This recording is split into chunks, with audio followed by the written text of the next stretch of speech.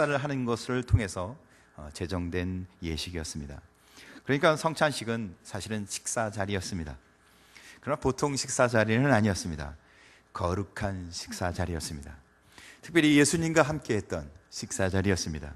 그래서 떡을 나누고 포도주를 나눴던 아주 특별한 식사 자리, 그것이 성찬식이 유래했던 근거였습니다. 그래서 성찬식은 누가 만들었을까요? 예수님이 만드셨습니다. 예수님 자신이 이 성찬식을 만드셨어요.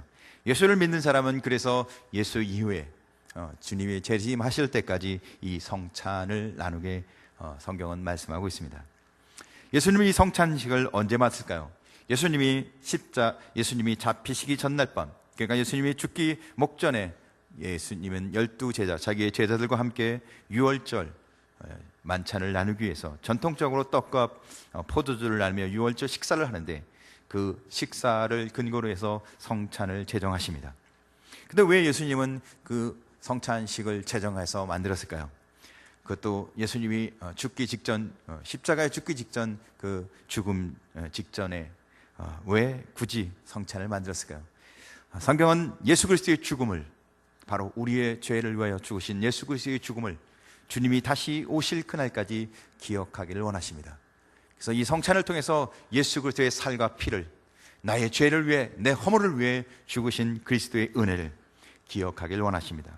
그래서 떡과 포도주를 가지고 주님은 이것은 너희를 위한 내 몸이니, 이것은 내 피니, 너희는 나의 죽음을, 예수 그리스도의 죽음을 기억하고 그 의미와 그 사랑을 알라고 말씀하고 있습니다. 그래서 오늘 우리는 떡과 포도주를 떼면서 그리스도의 죽음과 그분의 사랑을 우리의 가슴에, 우리의 신앙에 깊이 새겨 주님의 사랑과 은혜로 우리가 하나님의 은혜와 그분의 영광을 위해 살아난 복된 은혜가 있길 주님의 이름으로 축복합니다.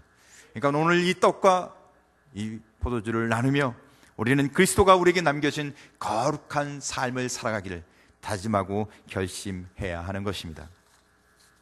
그래서 오늘 저는 이 성찬, 오늘 본문 말씀을 가지고 성찬을 통해서 하나님이 주시는 은혜 몇 가지를 나누고자 합니다.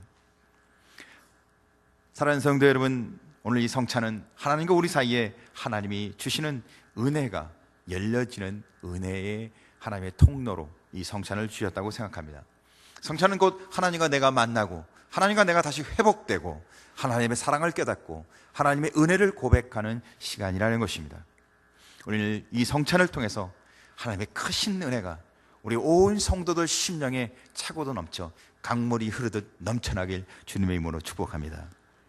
월남전에 원로행군의 포로가 됐던 미군 병사가 있었습니다. 그는 구사일생으로 살아났습니다. 그는 제임스 준장이었는데 그가 구사일생으로 살아났습니다. 그가 포로 있는 동안 얼마나 고통스러웠는지, 정말 밤잠을 못 자는 고통이 날마다 있었습니다. 포로의 삶은 힘들지 않았습니까? 근데 그는 그 고통이 얼마나 심했는지 매일 죽기를 원했습니다. 죽고 싶은 적이 한두 번이 아니었습니다. 근데 그가 살아 돌아온 것은 정말 기적 같은 일이었습니다. 그래서 많은 사람들이 그가 왜 그 고통 중에서 어떻게 살 수 있었는지, 어떻게 삶의 소망을 갖고 살 수 있었는지, 그 비결이 무엇인지를 물었습니다. 그러니까 그는 그 고통 중에 자기가 살 수 있었던 유일한 이유는, 자기가 그 고통 중에 있을 때마다 다른 포로 병사들이 지나갈 때 문을 발로 걷어차고 갔대요. 근데 그게 무슨 살 이유냐고. 그러니까 문을 자꾸 걷어차고 가는데 그냥 차고 가는 게 아니라 구둣발로 이 자기 문을 걷어차는데 이렇게 찼답니다. 이렇게 무슨 신호를 보내듯이 발로 한 번 뻥 차고 세 번을 뻥뻥뻥 차고 또 한 번을 차고, 그래서 병사들이 그렇게 차고 문을 차고 지나가는 거예요. 처음에는 그게 무슨 뜻인지를 몰랐습니다. 근데 병사들이 지나갈 때마다 고통 중에 있는 자기에게 그렇게 차고 가는 거예요. 쿵, 쿵, 쿵, 쿵, 쿵. 그래서 물어봤습니다. 여러 사람들이 그렇게 차고 가니까 그게 무슨 의미입니까? 왜 제 문을 차고 갑니까? 그랬더니 그것을 알고 보니까 God bless you, 하나님이 당신에게 복 주시길 원합니다. 하나님이 당신과 함께 하십니다. 하나님은 당신과 함께 하길 원하십니다. 그 이야기를 듣고는 이 병사는 그래, 하나님은 나와 함께 하시지. 그래, 요셉과도 함께 하신 하나님, 매 맞고 빌립보의 감옥에 갇혔던 바울과 실라와도 함께 하셨던 하나님, 그 하나님은 오늘 나와 함께 하시고 나를 도우시고 내게 복 주시기를 원하셔. 그래, 그 하나님이 나와 함께 하셔. 그는 아무리 죽을 일이 있을지라도, 아무리 고통스러워도, 아무리 힘들어도, 그래, 하나님은 나와 함께 하셔. 그래요. 그는 믿음의 통로가 열린 것을 알게 되었습니다. 그는 은혜의 통로가 자기와 하나님과 사이에 열려 있는 것을 알고 참고 또 참고, 그래서 그는 힘을 얻고 그는 결국 구사일생 살아나게 됐던 것입니다. 사랑하는 성도 여러분, 삶이 얼마나 괴로우고 고통스러울지라도 오늘 하나님이 주시는 성만찬을 통해 주님과 은혜의 통로가 열리길 주님으로 축복합니다. 하나님이 나 살아계시고 나를 위해 피 흘리시고 나를 위해 고난당하셔서 십자가에 피 흘리심으로 나를 구원하시고 나를 하나님의 백성으로 삼아주신 하나님의 사랑이 가슴에 새겨지는 은혜가 임하길 주님으로 축복합니다. 바로 이 성만찬은 나를 위해 죽으신 예수 그리스도의 살과 피를 마시며 예수 그리스도가 나의 복이며 나의 영원한 은혜임을 고백하는 시간인 것입니다. 사랑하는 성도 여러분, 하나님과 나 사이에 주시는 이 놀라운 은혜가 이 성만찬을 통해 우리 심령과 우리의 마음속에 깊이 새겨져 날마다 생을 공급받으며 신앙으로 말씀으로 승리하는 은혜가 있길 주님의 이름으로 축복합니다. 프랑스의 교회 역사 속에 프랑스 교회는 존폐 위기를 가진 적이 있었습니다. 18세기 프랑스 혁명 당시 교회를 없애기로 결정했습니다. 그러니까 교회가 폐지됐습니다. 교회가 폐지되고 자연히 예배는 드릴 수 없게 됐죠. 예배가 드릴 수 없게 되니까 주일이 사라지고 또 성직자들은 다 숲속으로 도망가 버렸습니다. 다 쫓겨났죠. 이런 극박한 상황 속에서도 사실은 예배를 다시 드리거나 또 예배를 드리는 그런 모습이 있으면 죽음이 형벌이 있는 앞에서도 사람들은 은혜에 갈급했습니다. 예배를 드리고자 했습니다. 그래서 사람들은 하나님의 은총, 하나님의 은혜를 받고자 해서 은혜를 끈을 놓지 않기 위해서 몇 명의 사람들이 모여서 주님의 성찬을 나누기 시작했습니다. 그러나 그것은 쉬운 일은 아니었어요. 그래서 몇몇 신부꾼들을 시켜서 마을에 암호를 가지고 집집마다 뛰어다니면서 소리를 지르게 했습니다. 암호는 바로 그것이었습니다. 검은 습지 이렇게 하면서 집집마다 다니면서 빨리 이야기하고 다음 집으로 가는 거였습니다. 인사도 받지 않고 그냥 자기 할 말만 지나고 이 신부꾼은 검은 습지 이렇게만 이야기하고 갑니다. 그래요. 사람들은 그러나 이게 무슨 뜻인지 다 알고 있었어요. 특별히 그리스도인들은 이 말이 무슨 뜻인지 알았습니다. 그는 검은 습지 한 날, 그날만 특별히 사람들은 자정이 되면 어둠컴컴한 습지에 모여 검은 옷을 입고 해도 뜨지 않는 검은 날, 그 밤에 모여서 함께 은근히 모여서 그들이 성찬을 나누는 것이었습니다. 그래요. 검은 습지. 매일 모일 수도 없고 그들은 한 달에 한 번 정도 그들이 모여서 추방당한 한 목사가 모여 그리스도의 몸과 피를 나누기 위해서 어둠컴컴한 곳에 검은 옷을 입고 그들은 설교도 없고 찬송도 없고 기도도 없는 가운데 그들은 주님의 살과 피를 나누는 성찬을 나눴습니다.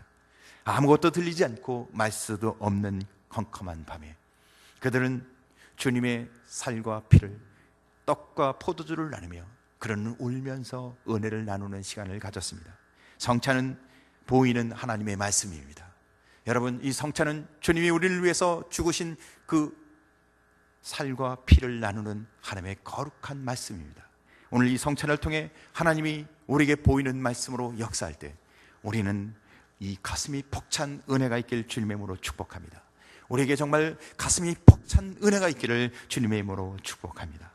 오늘 성경 23절부터 26절 말씀은 우리에게 그렇게 말씀하고 있습니다. 내가 너희에게 전하는 것은 주께 받은 것이니 곧 주 예수께서 잡히셨는 밤 떡을 가지사 축사하시고 떼어 이르시되 이것은 너희를 위하여 너희를 위하는 내 몸이니 이것을 행하여 나를 기념하라 하시고 식후에 또한 그와 같이 잔을 가지시고 이르시되 이 잔은 내 피로 세운 새 언약이니 이것을 행하여 마실 때마다 나를 기념하라 하셨으니 너희가 이 떡을 먹으며 이 잔을 마실 때마다 주의 죽으심을 그가 오실 때까지 전하는 것이니라. 오늘 성경은 말합니다. 그분의 몸, 그분의 피를 기억하며 기념하라고.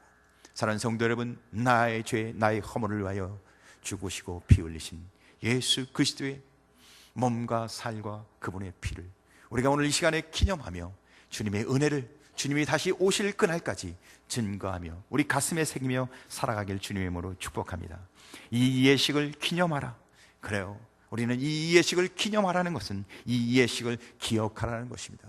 이 예식을 기억하여 우리가 구원받은 하나님의 사랑과 은혜를 기억하며 날마다 생명의 풍성한 은혜 가운데 살아가라는 것입니다. 우리가 날마다 주의 은혜 가운데 살아가시길, 그리스도 안에서 이제는 생명을 얻은 새 언약의 백성으로 믿음과 신앙으로 살아가길 주님의 이름으로 축복합니다. 오늘 성경은 두 번째로 우리에게 이 성찬은 우리가 예수 그리스도의 도움을 받는, 예수 그리스도의 은혜를 입는 시간이라고 말씀하고 있습니다.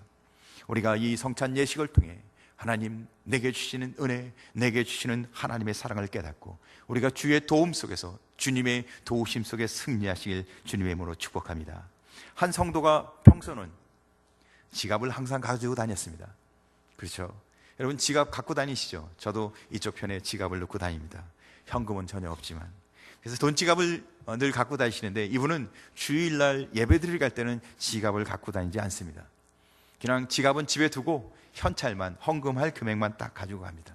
그래서 주변에 있는 분이 그분에게 물었습니다. 어째 지갑을 가지고 가지 않으세요? 그랬더니 그분이 이렇게 얘기합니다. 제가 교회 갈 때 가면 저희 교회에서는 헌금 시간이 되면 꼭 찬송을 부르는데 찬송가 50장을 부릅니다. 내게 있는 것 모든 것 아낌없이 드리네. 내게 있는 모든 것 아낌없이 드리네.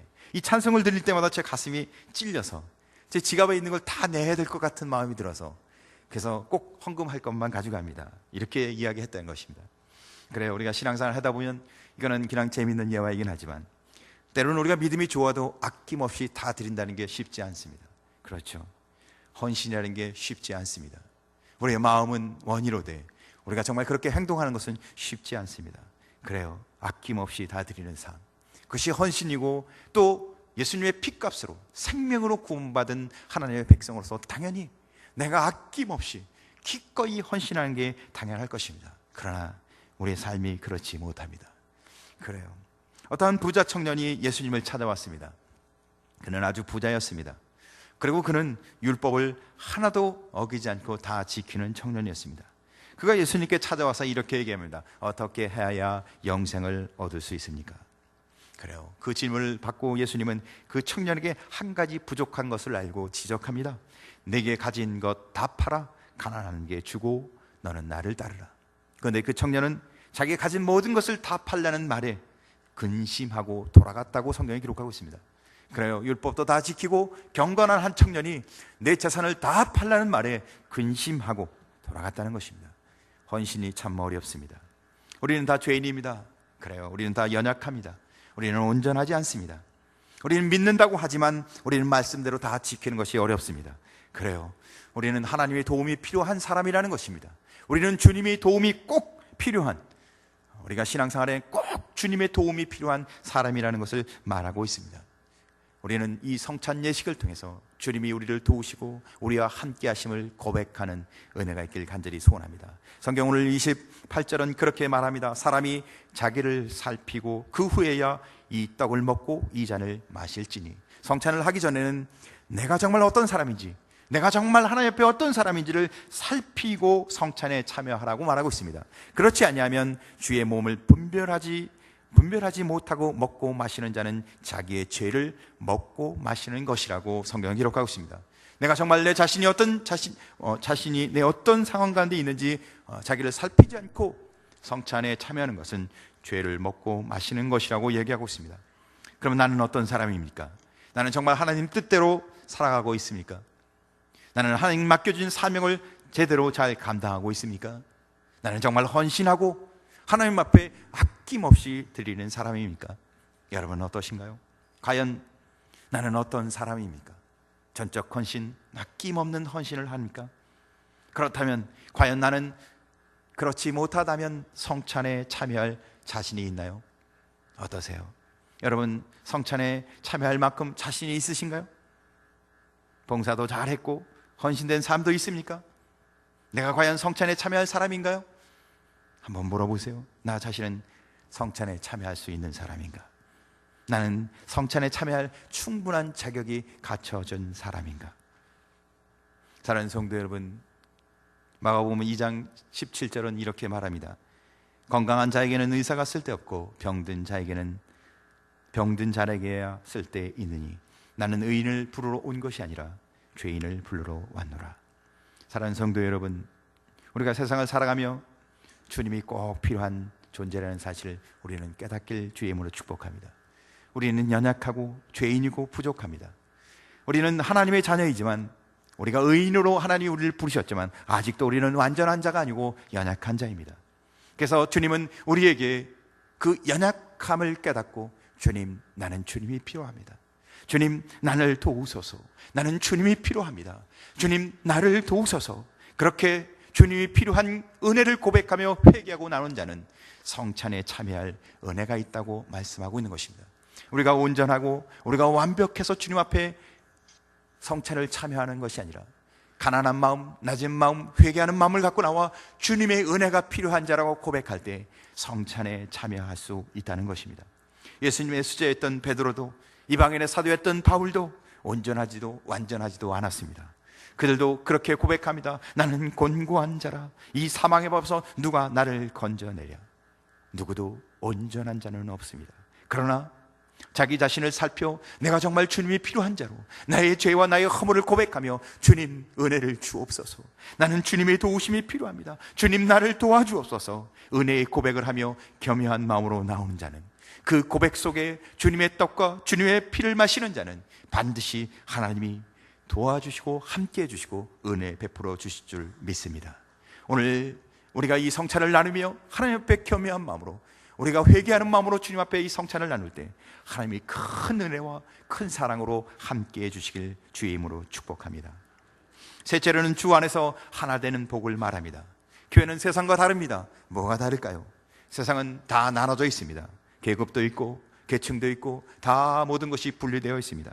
그러나 교회는 하나 되어야 되는 것이 교회입니다. 교회는 하나 되는 것이 세상과 다른 것입니다. 무엇으로 하나 될까요? 교회는 바로 주님의 몸, 주님의 피로 하나 되는 것입니다. 그래서 성경은 끊임없이 우리가 하나 되기를 원하고 계십니다. 이와 같이 우리 많은 사람이 그리스도 안에서 한 몸이 되어 서로 지체가 되었느니라. 너희는 유대인이나 헬라인이나 종이나 자주자나 남자나 여자나 없이 다 그리스도 예수 안에서 하나이니라. 믿는 무리가 한 마음 한 뜻이 되어 모든 물건을 서로 통해하고 제 재물을 조금이라도 제 것이라 하는 이가 하나도 없더라. 마음을 같이하여 같은 사랑을 가지고 뜻을 합하여 한 마음을 품어. 성경은 우리가 그리스도 안에서 한 마음 한 뜻 한 곳을 바라보길 원하십니다. 오늘 이 성찬은 그리스도의 몸, 그리스도의 피를 우리가 한 입으로 한 주님을 고백하며 공동 식사를 하는, 우리가 함께 성례를 베푸는 복된 시간인 것입니다. 우리는 예수 그리스도 안에서 한 믿음과 신앙으로 하나 되는 축복이길 주님의 이름으로 축복합니다. 오늘 예수님이 우리를 초청하셨습니다. 성만찬에 예수 그리스도를 구주로 고백하는 모든 사람들을, 세례받은 모든 성도를 초청하여 우리가 떡을 떼며 잔을 나누며 우리가 그리스도 안에서 믿음 안에 하나요 신앙 안에 하나 되길 원합니다. 그래서 우리는 마음이 모아지는 시간입니다. 믿음으로 하나 되는 시간입니다. 우리가 형제 자매로 하나임을 고백하는 시간인 겁니다. 주님의 사랑으로 우리가 하나임을 고백하며 우리가 성만찬을 나누길 주님의 이름으로 축복합니다. 주 안에서 하나 된 것, 이것은 얼마나 복된 일인지 모릅니다. 사실 초대교회는 남자, 여자가 하나일 수 없는 시대였습니다. 남녀노소 다 나눠져 있었습니다. 남자는 인정받지만 여자는 인정받지 못하고, 피부 색깔, 다양한 피부색이 있는 걸 모든 걸 다 인정하지 않았습니다. 사회적 신분에 따라 사람들은 다 다르게 대우받았습니다. 그러나 교회는 성만찬을 통해 그들이 하나 되고 그들이 일체된 것을 고백하며 믿음 안에서 주 안에서 하나됨을 이야기했습니다. 그 당시에 주인과 노예는 정말 하늘과 땅 차이였습니다. 노예가 교회에 왔지만 그들도 인간적인 대우받을 수 있는 상황은 아니었습니다. 그러나 성만찬을 나누면서 주인과 노예가 짐승같이 취급받던 노예가 주인과 함께 앉아서 주님의 자녀로서 주님의 형제로 함께 하나 되는 자리가 바로 성만찬의 자리였던 것입니다. 사랑하는 성도 여러분, 이 성만찬을 나누는 우리 모두는 누가 높고 낮음도 없고, 누가 더 낮고 못남도 없고, 누가 더 온전하고 연약함도 없고, 그리스도 안에서 우리가 다 하나임을, 동등됨을 고백하며 연합하는 은혜가 있길 주님의 이름으로 축복합니다. 오늘 우리는 이 성만찬을 통해서 하나님의 은혜를 받는 은혜의 통로가 되길 원합니다. 우리는 이 성만찬을 통해 우리의 연약함과 우리의 부족함을 하나님 앞에 고백하며 주님의 도우심을 받는 은혜의 자리가 되길 원합니다. 우리는 이 성만찬을 통해 주 안에서 우리가 다 어떤 상황에 있든 하나됨을 고백하며 신령한 은혜를 통하여 거룩한 은혜를 받는 복된 시간이 되길 주님의 이름으로 축복합니다.